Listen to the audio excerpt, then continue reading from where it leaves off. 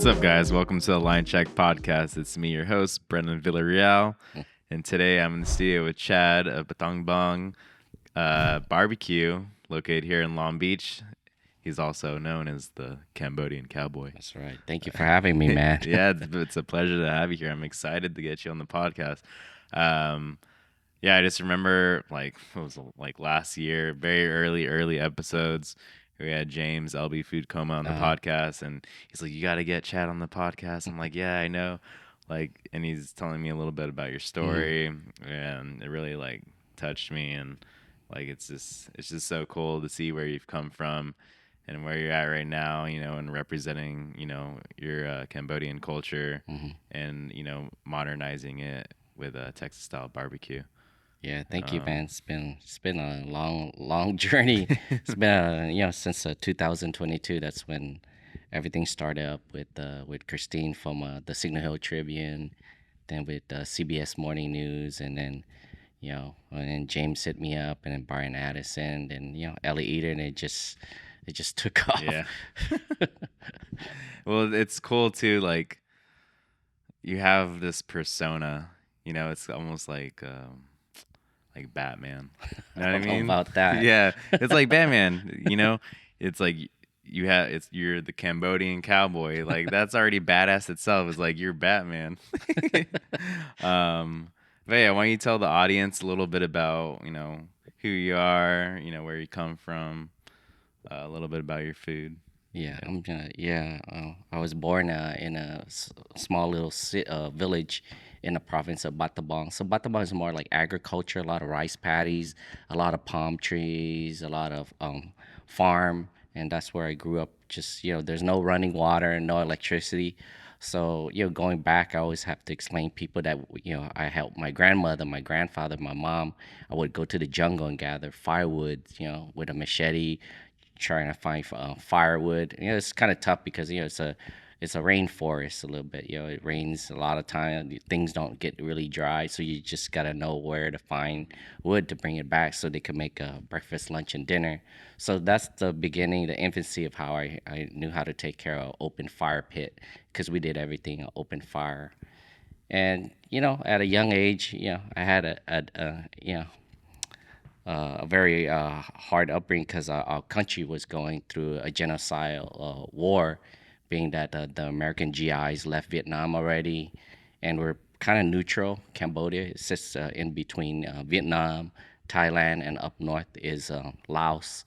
So everybody left, and they didn't know there was a civil war going on, and it was decimated a lot of Cambodians, and there was only like 1.9 million of us left. They killed like almost like 3 million due to killing and famine and diseases and everything. So I was very young. I remember a lot of the atrocities. You know, during the war when the Khmer Rouge came, the Communist Party came, and then another war when the Viet Congs invaded Cambodia during the late 1979. So just going through all that and seeing what's happening now around the world, Yeah. it's really upsetting to me, and it hits home because I don't want to see anybody going through war and we don't see the soldiers fighting or anything. We see civilians getting hurt on both sides of the party. It doesn't matter which part of the world, and to me it's kind of tough. It gives me PTSD just seeing the images and Yeah. witnessing that. It's rough. Yeah, I mean, I haven't really talked about this stuff on podcasts, but I think it's because it kind of hits me hard too. Seeing innocent people die.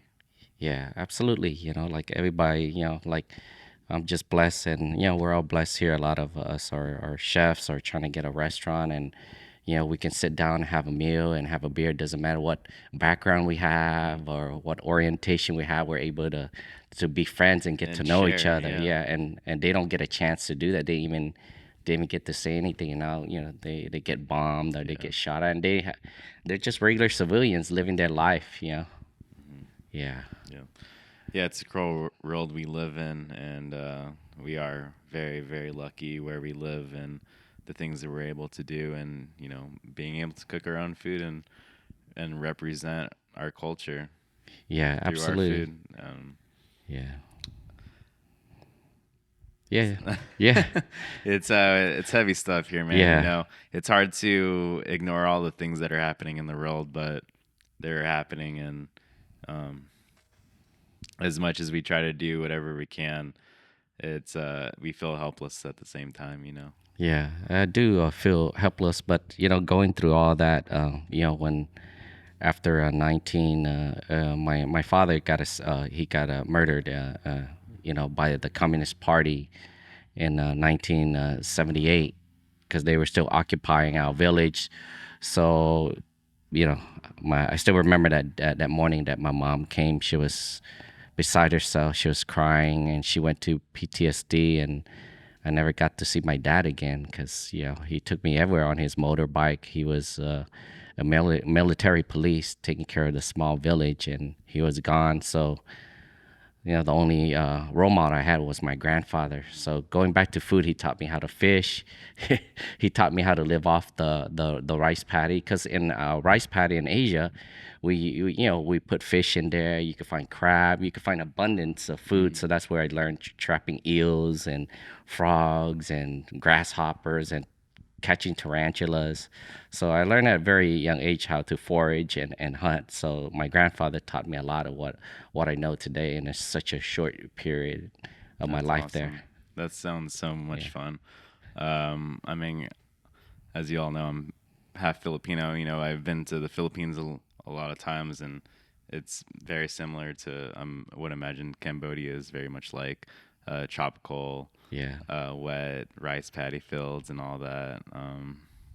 Yeah, and my grandpa, when they immigrated here to United States, he turned his backyard basically into the Philippines. He would Yeah. cook outside. He had Uh, chickens. He had goats. mhm. He had like all these different plants. Had bananas. Yeah. All the things over there. It made growing up fun because it felt like I was in my grandpa's little Philippines Yeah. in his backyard in Long Beach. It's awesome, man. Yeah, yeah. I think a lot of the elders, when we're young, we didn't really understand. We just enjoy it, but we know why they hold on to like growing a particular tree, a particular herb, because so they could use it every day for a lot of the dishes and stuff. And now when we're old, like, oh, the wonder Yeah. why your grandmother took care of the calamansi tree Yeah, to make yeah, sure no yeah, one messes with our, yeah, for us, the kaffir yeah. lime tree. And I was in the backyard when I was little playing with machetes and like trying to cut stuff Oh down. no. Yeah, I got in trouble. Yeah, It's man. not a sword. Sword fight with Yeah, the sword tree. fight with the machetes. Yeah, my Yeah. grandma got pissed off at me and hit me with a bamboo stick. Oh Uh, man. when did you come over here to Long Beach? I came here. We got sponsored of initial sponsor. We got sponsored to France, Hmm. and my mom remarried at the refugee camp. It's called Khao Dang. So it sits on the border of Thailand, Cambodia.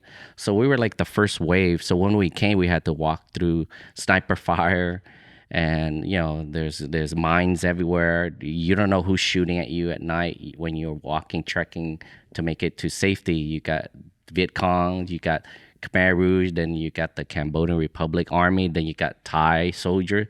So everybody's just shooting each other, and then like civilians, we're trying to make safety, and then who always gets killed and injured is always civilians. I remember sleeping at this makeshift like little camp near we were all near the border at nighttime, and then they were shelling, shooting, and that's when everybody got up and ran. It was pitch black. I didn't know where I was going. That's when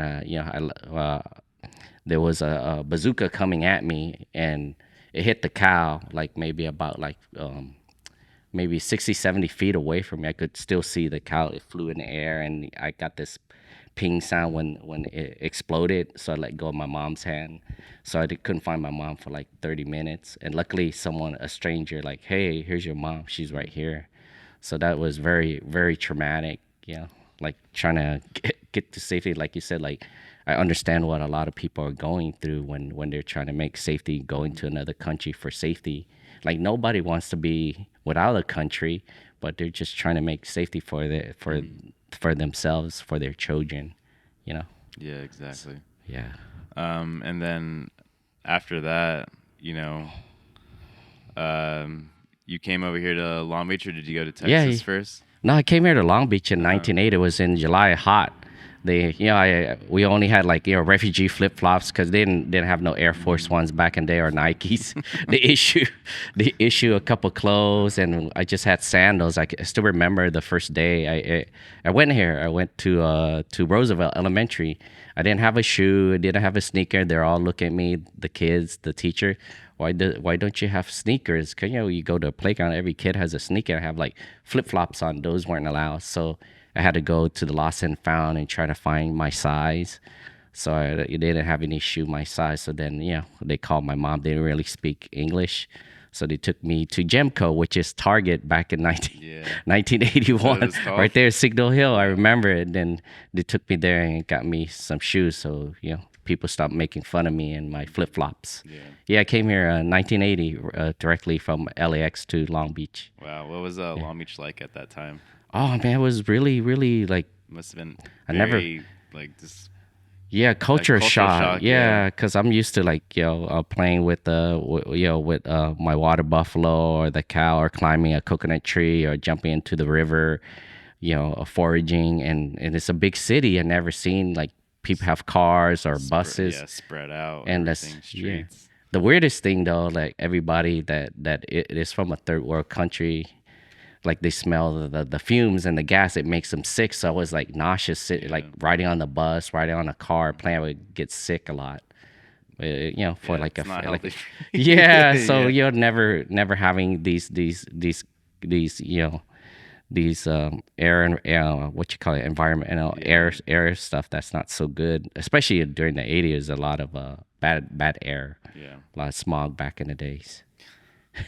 My whole family, when you came here, they, I might say the wrong year, but I'm pretty sure they immigrated here in 1979 Oh to Long wow. Beach, Oh and wow. my whole family grew up in Wrigley, Oh okay. and so they're just down over there. Oh Yeah, nice. so it's cool. It's like around the same time that you came here, Yeah. and then my family also came here. Oh yeah. Speaking of the Philippines, so one of the big stops for Cambodian refugees to get acclimated, to learn English, to learn how to turn on a stove, how to use running water, was in the Oh Philippines. wow. They actually have a memorial camp because a lot of Cambodian refugees stopped there, and everybody wanted to go there because they were treated so nice by the Philippine government and the people, versus being at the Thai border. You had a lot of bad things happen, a lot of horrific atrocities happen. But when the refugees got to the Philippines, they would write letters, they would call, they say, hey, come here if you get sponsored before you go to America. Like it's like being Cambodia, but so nice, because they would teach them English. They would like have breakfast, lunch, and dinner. They felt like kings when they went to this Wow. refugee camp to resettle before they came to the U.S. Yeah, That's amazing. Wow, I yeah. didn't know that.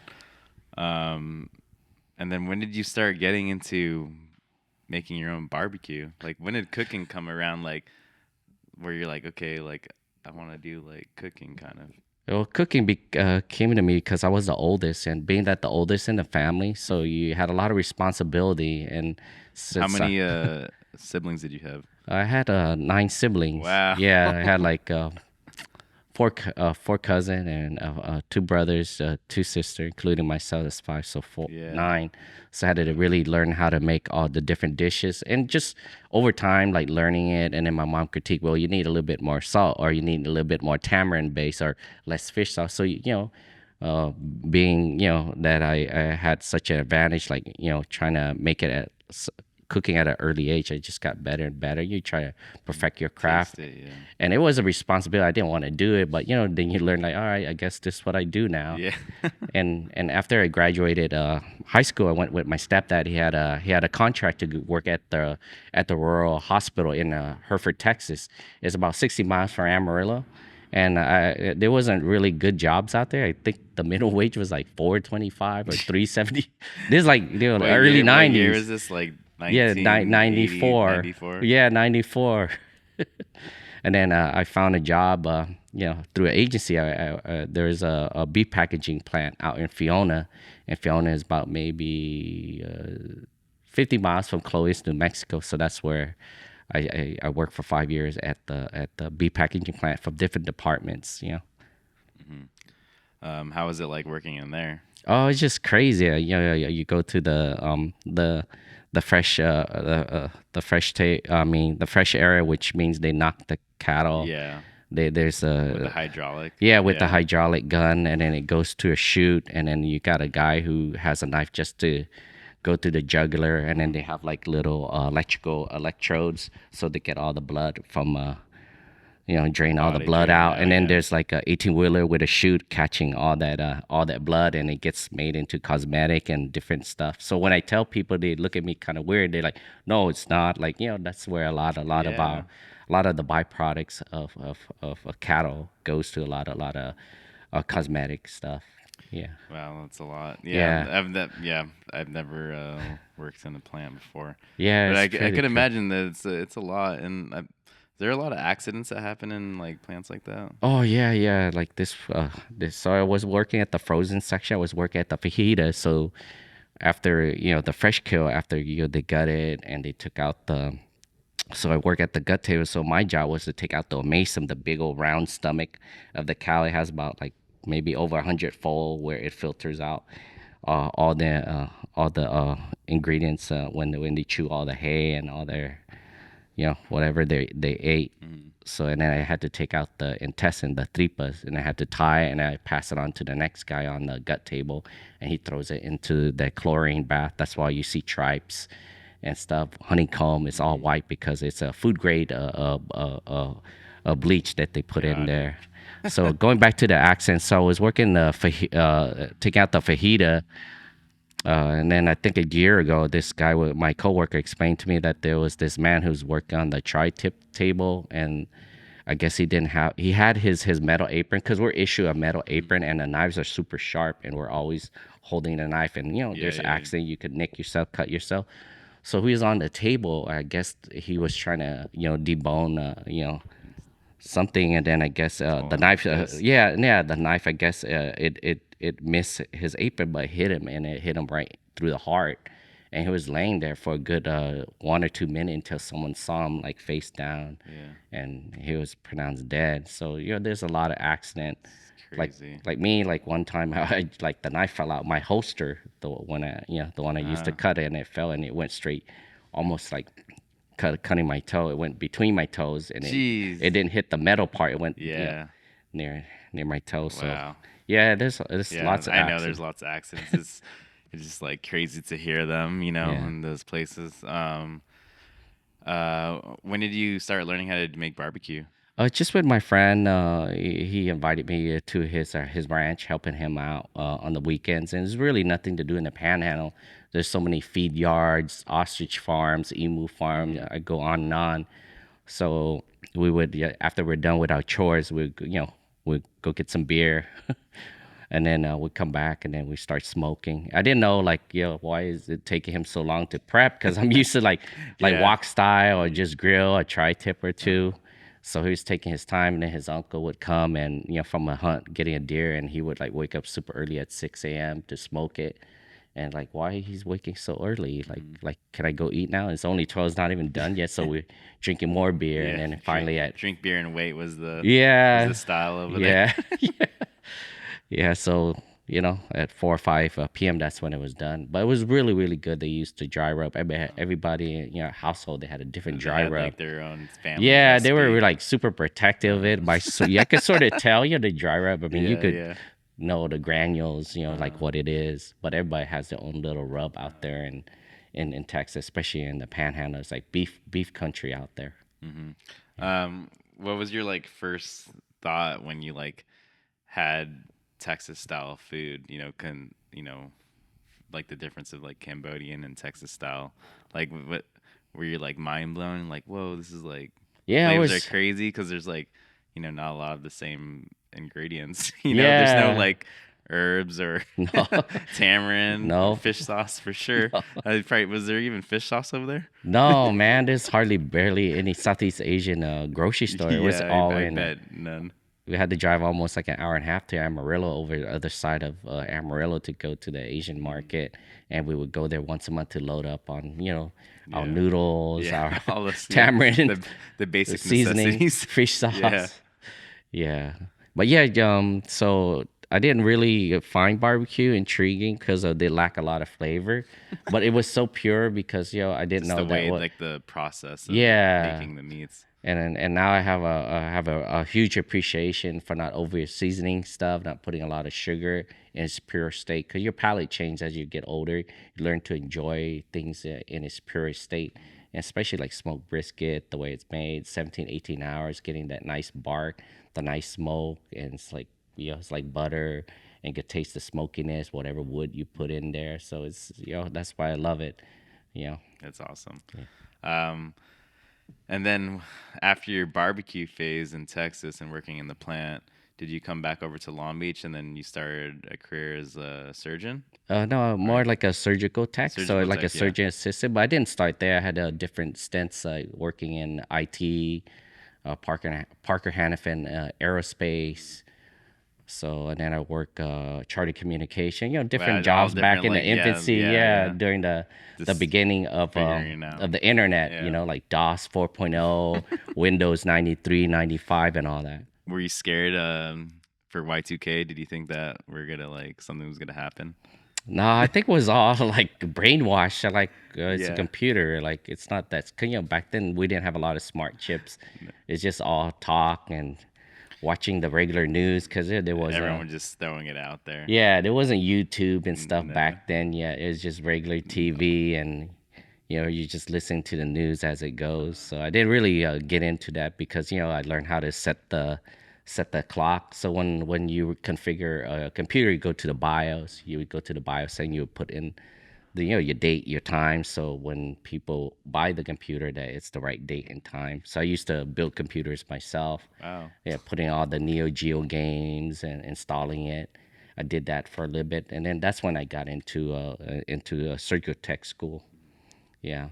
Why did you decide to do that? Because when I was here in Long Beach, I went to Poly for a year. I was a Mm. jackrabbit. I think I got freaked out when I was going to the locker room during seventh period. It was Willie McGinnis. He's like a man's man. It's like I'm just like a ninth grader. It's, I forgot that he he's, went there. If you yeah, guys don't know who that is, Willie McGinnis is a former NFL linebacker, yeah, for right? the For New the England Patriots. yeah, Super Bowl champion. Yeah.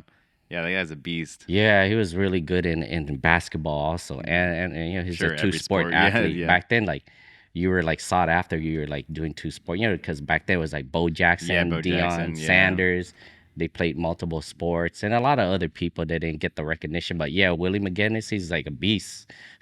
he's So scary. yeah, he's scared. So I went there for a year. Then I transferred to King Drew Medical Magnet. That's where I learned about anatomy, having a mentor, anesthesiologist, and one day out of the week we would stay at a King Hospital. We would go to the vivarium, we would go to cytology, go to emergency medicine, seeing how they, take stitches out, how they, take care of the wound, or how they admit the patient. So I learned a lot during my days, in high school.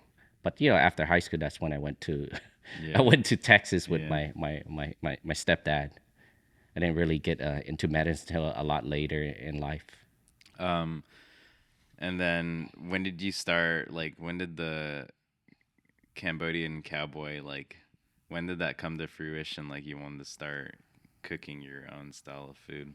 Yeah, it was during COVID with a lot of people. I think we were at home. And I think it's with a lot of people. I speak for a lot of people because everything is shut down, and you're sort of like thinking about your life, what you want to do, or your job, or it's a lot. It wasn't just the U.S. There was a lockdown for the whole world, and then after that, I got laid off from my job because they didn't really needed their every industry to be reshuffling their priorities after COVID.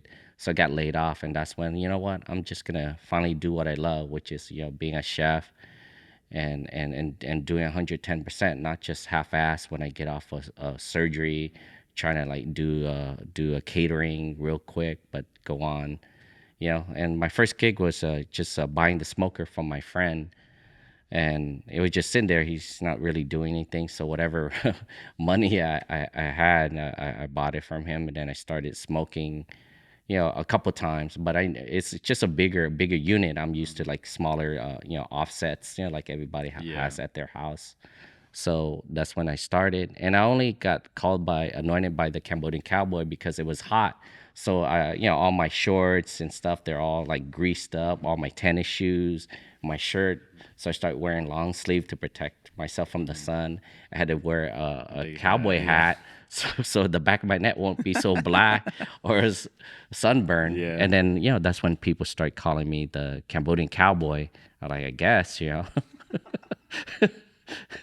And then, and then Uh, I guess it stuck with them because I would tell how I used to work at the beef packaging plant. I used to live in Hereford, Texas. So like, oh, you are a cowboy. and also knowing, we don't have cowboys here Yeah, in Long Beach, yeah, really. So it kind of like it makes it even more yeah. personified. And that too, because like I was barbecuing by myself. So I would take the order. I would go trim the brisket, Uh-huh. put it on their plate, come back, charge them how much it is. Then it'll be the next person. Uh, So they saw me like this hardworking pit master by himself out there in North Long Beach on Market and Cherry Cross from Superior. Dang, that's Yeah, where I used to live over there when I was little. yeah, next to my friend's noodle restaurant, Kim Uh-huh. Sun Kitchen, where I used to frequent in my younger days. But they're my friends. They bought out from another family.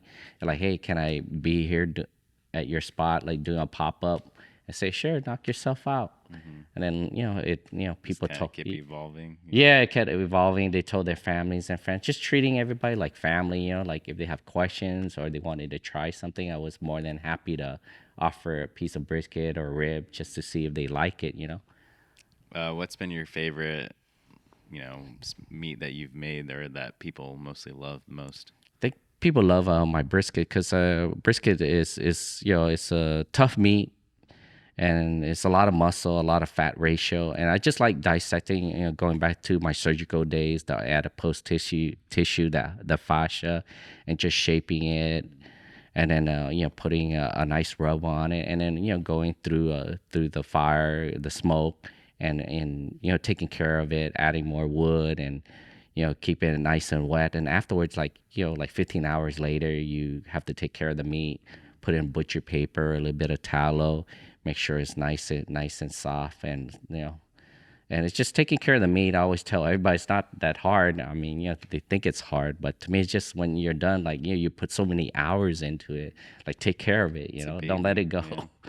Yeah. Yeah. How does it feel like to go back, like in time from when you're younger and you're moving across Cambodia and trying to come over here to Long Beach, and a cow originally saved your life, from the Yeah. bazooka, to now, cooking meat, and it seems like it's like a full circle. Like the Yeah. cow saved your life, and then now you're cooking a cow, but it's also not like in the term like in a weird way, but Yeah. it's giving you a new life in this new iteration of your life, as being this is what you want to do with your life. It's like giving you a new career and Yeah. something that you love to do, and it just sounds like it sounds touching to me.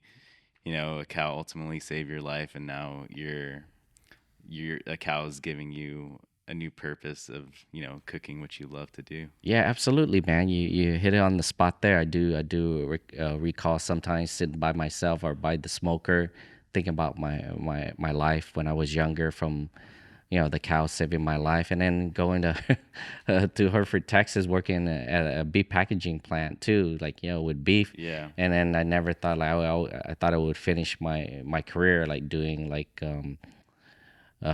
still being in the medical field, at least a consultant or Hmm. something. But I never thought I would be working with brisket and tri-tip and all Yeah. that stuff. So yeah, Yeah.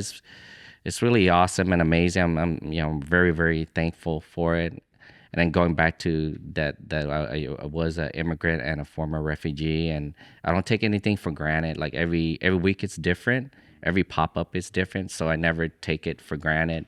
Everybody that comes up with their hard earned money dollar, that I treat them with family to get the same try to get give them the same attention they get from the person before them, and offer them if it's their first time and they want to try out brisket tri-tip, because but barbecue is a little bit different, like different cut of meat. So Mm-hmm. you got to try it, and everybody, has their own secret recipe, Yeah, their yeah, rub or yeah, their yeah. sauce.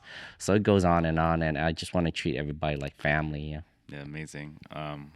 Yeah, it's amazing what you're doing, and I totally stand by your ethos. Just treating everyone like family, and I don't know if it's the same as Cambodian culture, but Filipino culture. When a guest comes to the house, do Cambodians also treat the guest with a large amount of food? Yeah, absolutely, man. I think it does with the Asian Yeah. culture. It doesn't matter, you live in a small village. If someone looks hungry, tired, they need some water, you just, hey, want some drink? Can I get you something? Or you want to Come and come eat? eat, Yeah, join that us with the family.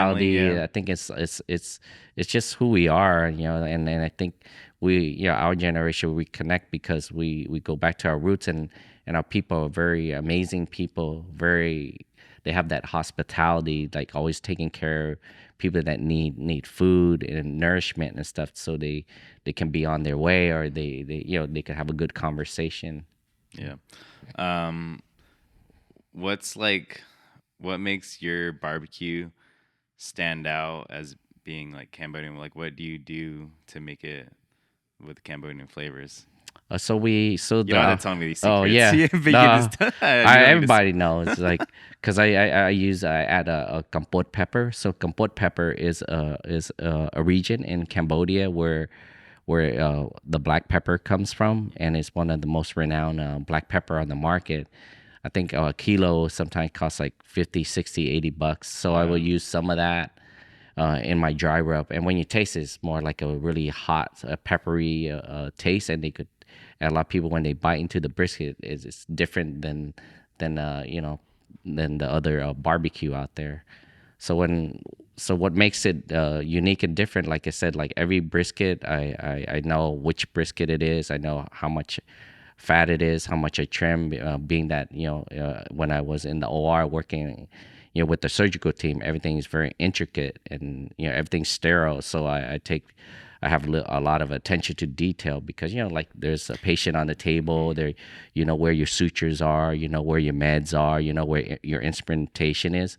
So when you trim and everything, you want to take care of, like, not cut too much fat off, the ratio, and you want to shape it so you get that aerodynamic from the heat, from the wave, that it gets the nice bark.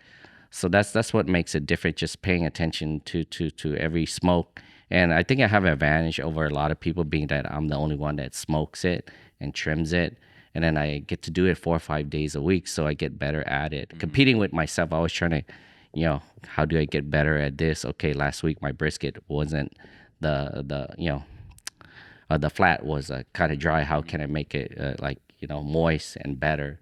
So just doing it 4 or 5 days out of the week, you get better and better as you go. Yeah.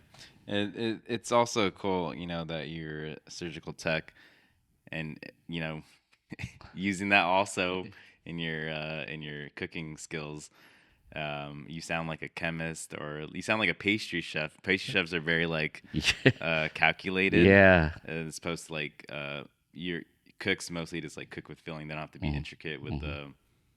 like the measurements and all that. Mhm. But you're like a because you have background in all those Yeah. things, that you're just like dialed in on like every single corner, which is so cool. Yeah, I think that's where I get it from my prior career, and helping with surgeons with different specialty, not just orthopedics.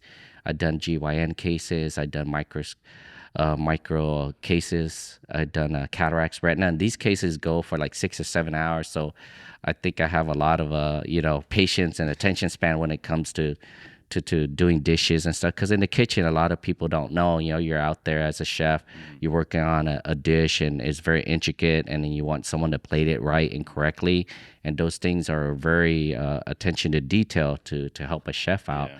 and you take that into consideration. So I think a lot of people misunderstand a lot of chefs and what dishes they make sometimes, because there's a lot of behind the scenes, a lot of integral spices and stuff that goes into it to make that dish. It's not just like, okay, here's a dish that's $80. It's not like Hmm. that. I think to a lot of chefs, it's very integral with the spices and how it's done, how it's made, how it's plated, how it's presented. And how long it takes, Yeah, like the absolutely. labor that goes into it, Yeah. labor of love. Yeah, so I think just having that prior career really Yeah. helped accelerate it, like the attention to detail as a pit master and as a chef. Hmm. I'm gonna ask you a fun question. Yeah. What are some of your favorite restaurants to go eat at in Long Beach? Oh man, as a kid, so I grew up here, like out of the 43 years, 5 years in Texas. But yeah, I always go to my go-to since I was like about maybe 10, 11 years old at Phnom Penh Noodle Shack back in 1985. There's like, it was like really, Chee. it was a shack, man. Like a lot of people don't talk Yeah. about it, they just know, oh, it's Phnom Penh Yeah. Noodle. There's nice tables and Yeah. stuff because it's been remodeled Uh-huh. a while back. But I've been there, man. Back in the day. Yeah. There's been, tiles. There, I don't know how many layers of tile. It's all broken and chipped. And then there's like only like two or three tables and a big table. But the best part is like I could go in there at like 6 a.m. It's open because I used to bake Yeah, donuts. yeah, it's So awesome. after I got off from my shift from being a donut baker, I'd go in there like 5:30 and 6, and then their dad. So there's Mo, Van, their sisters, and everybody. Vanak. I know the whole fam since they were kids, but that's one of my spots because it brings back a lot of memories. One of the few places that were open super early, so it's a lot of history. History. So that's one of my favorite places to go to. And the other place I used to go to was Pho 54. Now it's like New Hope Pho or something. But yeah, that used to be the spot. Oh yeah, I know what you're Yeah, talking and about. then Yeah. the reason why it's a spot because they used to spike the broth with weed. What? Yeah. I was like, why am I coming back? Like, I think I have to be at school. It's like first period, and I'm here sipping the broth. Is like 8:30. Like, That's but they don't. hilarious. They're no longer there. It's Oh like yeah, wow. it changed hands Yeah, like yeah, it's multiple different. Yeah, it's a times. different But name now. yeah, it's Yeah. very addictive. But it was really really good, man. Dang, That's what that's like yeah. I wish it crazy. was still around. Like Food 54. Like man, it was like the best food broth Wow. like known to mankind. To me, it still Yeah, is. yeah. I tried every place, all these high end Uh-huh. like a food place. So you've probably been to Yeah, I these, don't like but some it of the never newer hits ones. like Food The new ones 54. aren't the same. No. Yeah, like the mid 90s, Yeah, the yeah. late 90s. Man, that was the spot. What's your third spot? Third spot, I go to.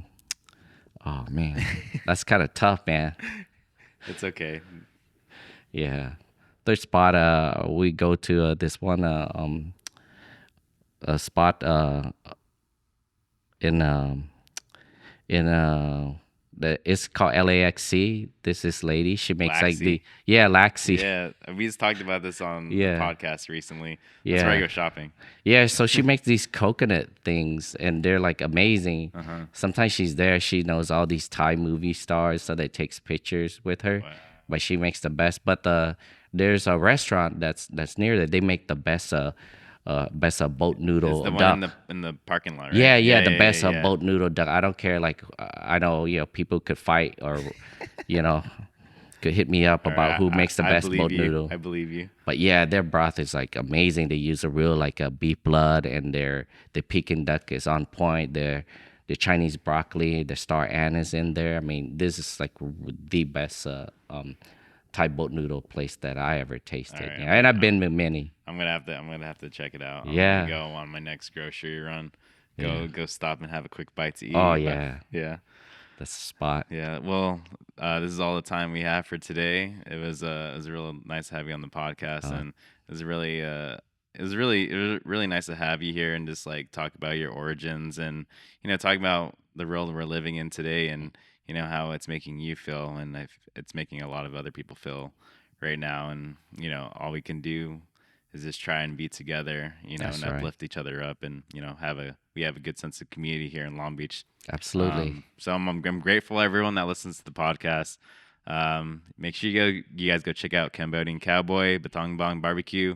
Where can we find you? You can find me Thursday at Bixby Nose Farmers Market from 3 to 7. Then Oh I'm yeah, at 10 Mile, my usual spot on Fridays from 12 until we sell out. And then every other Saturday, I'm at Three Weaver, which is this the beer we're drinking collaborative right beer now. they made for me with Chris and Andy and those guys, Connor, Lynn. So Three Weavers from 12 until we sell out. And then Sunday, I'm at Smorgasburg with over there in In downtown LA, LA yeah. near the produce district. That's it, guys. Make sure you check them out. Follow us, like us on Linecheck, and also Batabang follow. Barbecue. All right, guys. That's it. See you guys later. Bye. Bye.